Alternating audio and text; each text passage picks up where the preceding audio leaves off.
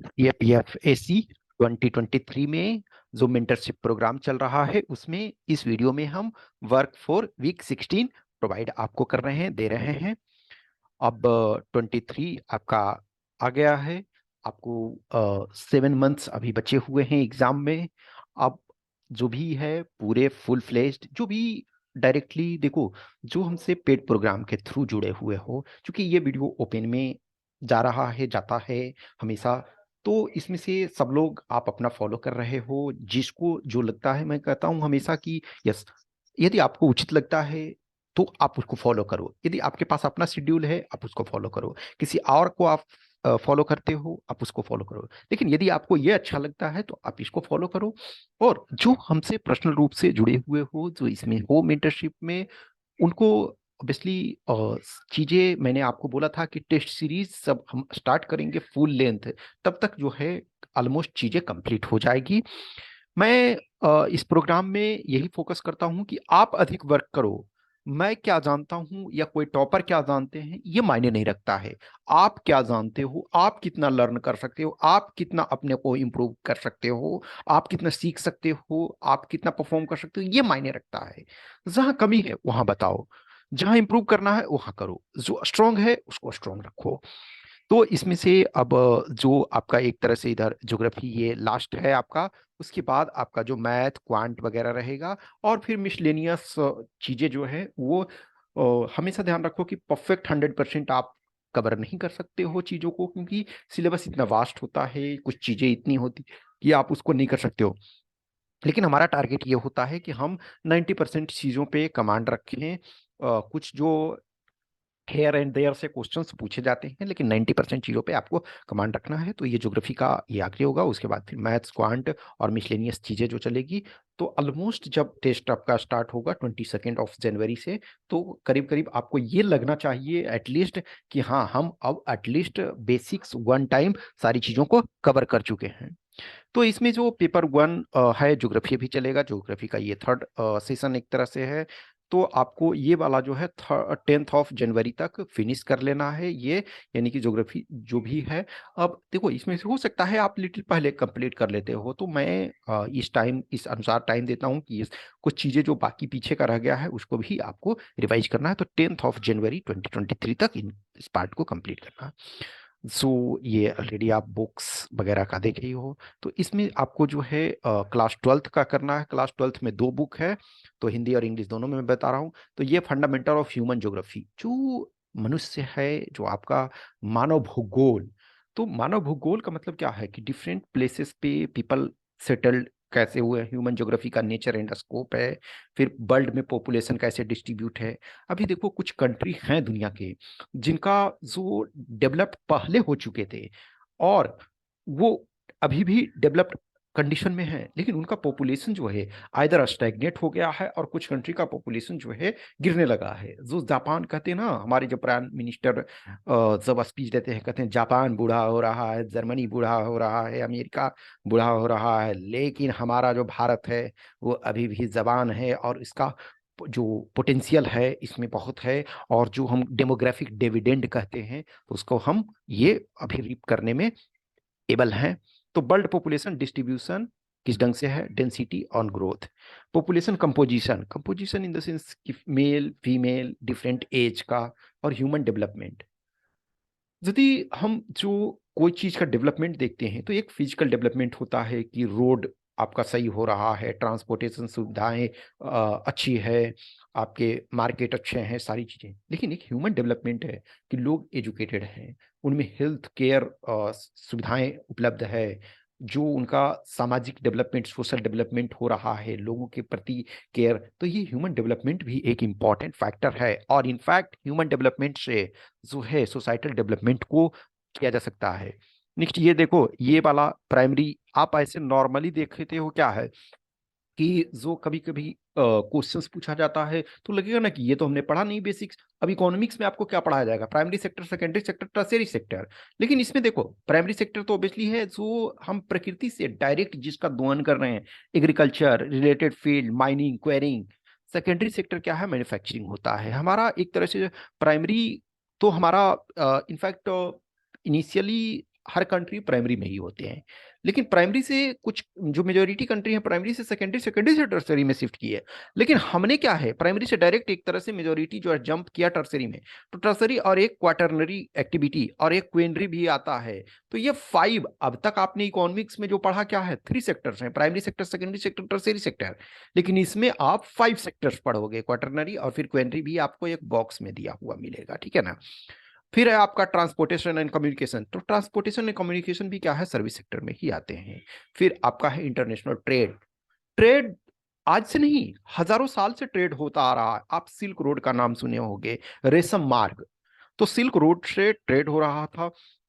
और जो जितना ज्यादा ट्रेड में एडवांटेज, जिसका कंट्रोल है मेजर ट्रेड रूट पे, इटली। इटली में रेनेसांस पीरियड क्यों हुआ, क्योंकि उस इटली जो है ट्रेड पे से काफी प्रॉफिट कमाया। जो भी इस्लाम पावरफुल क्यों हुआ, क्योंकि उसने सिल्क रूट पे कब्जा कर लिया। तो जो इंटरनेशनल ट्रेड है ये एक इंपॉर्टेंट, आज भी देखोगे कि जैसे जो मलाक्का स्ट्रेट है या और कुछ कुछ जो स्ट्रेटेजिक पॉइंट है, वो उस पर क्यों सिक्योरिटी और अदर चीजों पे ध्यान दिया जाता है, क्योंकि इंटरनेशनल ट्रेड एक इंपॉर्टेंट चीज है। अब स्वेज कैनाल को लेकर के इजिप्ट और वेस्टर्न वर्ल्ड में फाइट हुआ, क्यों, क्योंकि वो स्ट्रेटेजिक लोकेशन पे इजिप्ट है। इजिप्ट जो क्या है, एशिया और यूरोप के जो ऐसे लोकेशन पे, इनफैक्ट वो अफ्रीका के कॉन्टिनेंट में है। इजिप्ट क्या है, अफ्रीका में है, लेकिन वो लोकेटेड ऐसा है जहां एशिया, यूरोप और एक तरह से कह सकते हो अफ्रीका, वो तीनों के एक तरह से ऐसे लोकेशन पे उसका जो स्वेज कैनाल है उससे बहुत ज्यादा ट्रेड होता है, उससे उसको बहुत फायदा मिलता है, ठीक है। फिर नेक्स्ट है ह्यूमन सेटलमेंट। ह्यूमन सेटलमेंट आप देखते होंगे कि कुछ जगह में जब आप कभी ट्रेन से सफर करते हो या बस से सफर, चूंकि बस वाले में क्या होता है ना, नॉर्मली आप छोटे डिस्टेंस को कवर करते हो, 100, 200, 300 किलोमीटर।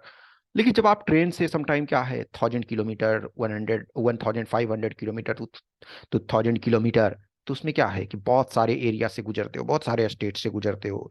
जस्ट इमेजिन करो कि मान के चलो कि आप पटना से आप बैंगलोर जा रहे हो। तो पटना से बैंगलोर जाओगे तो आप बहुत सारे स्टेट्स को कवर करोगे। तो उन स्टेट्स में आपको दिखेगा कि कुछ एरिया में जाओगे तो जो सेटलमेंट है वो छोटे हैं। जो एक तरह से अर्बन सेटलमेंट्स हैं, तो अर्बन सेटलमेंट्स में भी कुछ छोटे अर्बन सेटलमेंट्स हैं, कुछ बड़े अर्बन सेटलमेंट्स हैं। विलेजेस में भी कुछ एरिया में देखोगे तो 200, 300, 400 पीपल हैं एक विलेज में। कुछ एरिया में देखोगे 10,000, 15,000, 20,000 पीपल हैं। तो डिफरेंट टाइप्स के सेटलमेंट्स वगैरह भी ये आपके चलते हैं, ठीक है। तो ये भी आपको देखना है। यही आपका हिंदी में है मानव भूगोल, प्रकृति एवं विषय क्षेत्र। फिर आपका है ये विश्व जनसंख्या, वितरण घनत्व और वृद्धि, जनसंख्या संगठन, मानव विकास, प्राथमिक क्रियाएं, द्वितीयक क्रियाएं, तृतीयक और चतुर्थ क्रियाकलाप, और एक पांचवा भी आपका आएगा, ठीक है। तो परिवहन एवं संचार, अंतर्राष्ट्रीय व्यापार और मानव बस्ती किस ढंग से। आप देखोगे कि इनिशियली क्या है कि ह्यूमन सेटलमेंट जो हुआ रिवर के किनारे, क्योंकि आज क्या है, आप अब वाटर को, जल ही जीवन है कहते हैं ना, तो वाटर तो आपको चाहिए ही। पहले नदियों के किनारे ही थे, या बड़े तालाब, झील, झरने, ये सब के किनारे की जहाँ पानी का सप्लाई। आज के डेट में नए सेटलमेंट्स भी हम बनाते हैं जहाँ डायरेक्ट नदी नहीं है, फिर भी हम वहां तक पानी पहुंचा सकते हैं, या नहर के थ्रू, पाइप के थ्रू और डिफरेंट सोर्सेस के थ्रू। दूसरा जो इसमें है वो आपको है जो पीपल एंड इकोनॉमी। ये वो देखो स्पेशल आपका ह्यूमन ज्योग्राफी से रिलेटेड था कि ह्यूमन किस ढंग से चेंजेज पॉपुलेशन हमारा हुआ, किस ढंग से डिस्ट्रीब्यूट। अब इसमें से देखो ना कि बहुत सारी चीजें जो दोनों बुक में आपको कुछ चीजें जो होंगी ओल्ड डेटा और वगैरह मिलेगा।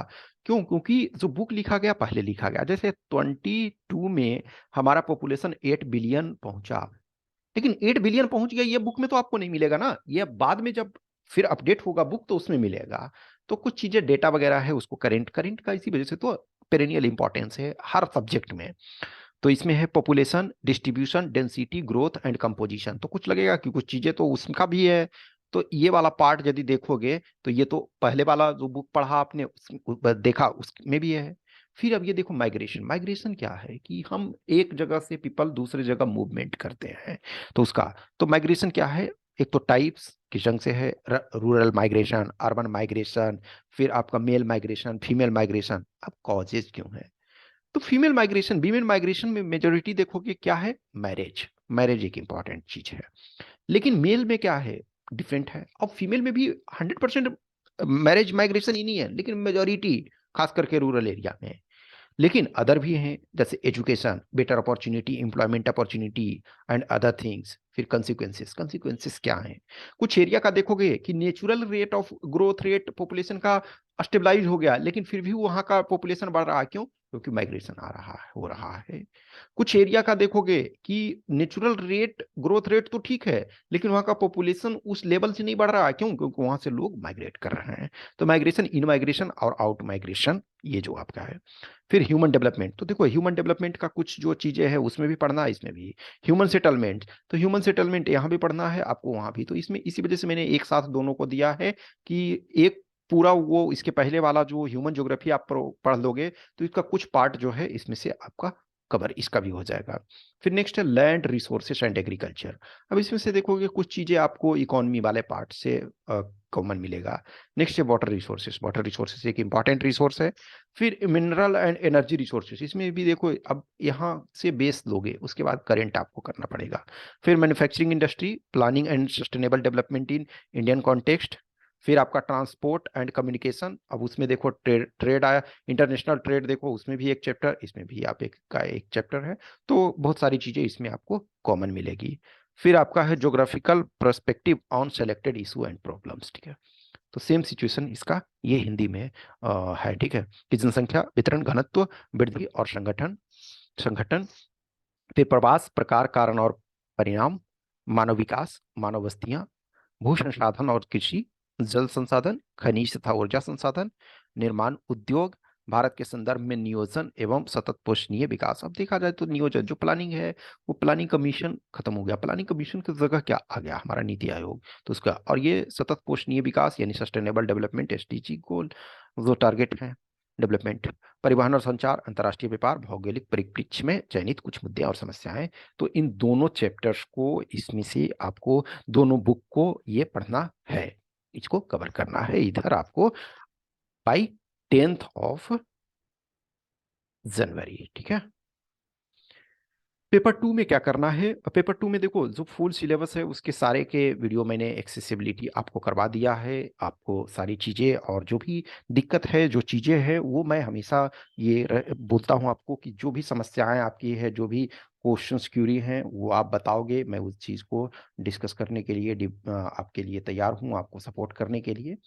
इस वीक में आपको क्या करना है ना, कोई भी जो न्यूज़पेपर, मैंने ऑलरेडी आपको एन नंबर ऑफ टाइम्स बताता रहता हूँ और रेगुलर इस चीज़ पर, कि न्यूज़पेपर का कोई सब्स्टिट्यूट नहीं है। आप न्यूज़पेपर को छोड़ नहीं सकते हो, इग्नोर नहीं कर सकते हो। यस, कुछ लोग को लगेगा कि हम मैगजीन पढ़ ले रहे हैं या ठीक है हम न्यूज देख, लेकिन यदि न्यूज़पेपर को पढ़ते हो तो आप बेटर तरीके से कर सकते हो। यदि अच्छा मार्क्स फाइनल में, बहुत ज्यादा एक एक नंबर, दो दो नंबर बहुत मायने रखता है।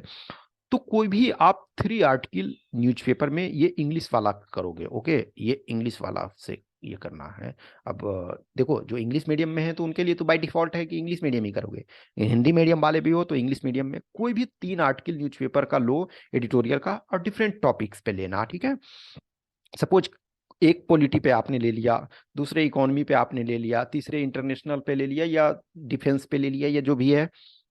तो अलग अलग 3 डाइवर्स टाइप के टॉपिक्स को लो और बड़े आर्टिकल लेना, जिसमें कि सपोज 1500 वर्ड्स के आसपास या 1000 प्लस वर्ड्स के आसपास का दिया हुआ है, जो आर्टिकल दिया हुआ है उसको एक तरह से 3 to 400 वर्ड्स में करके कर सकते हो। 3 to 500 वर्ड्स में आप उसके समरी जो है वो लिखोगे, सो इस प्रोग्राम में हो।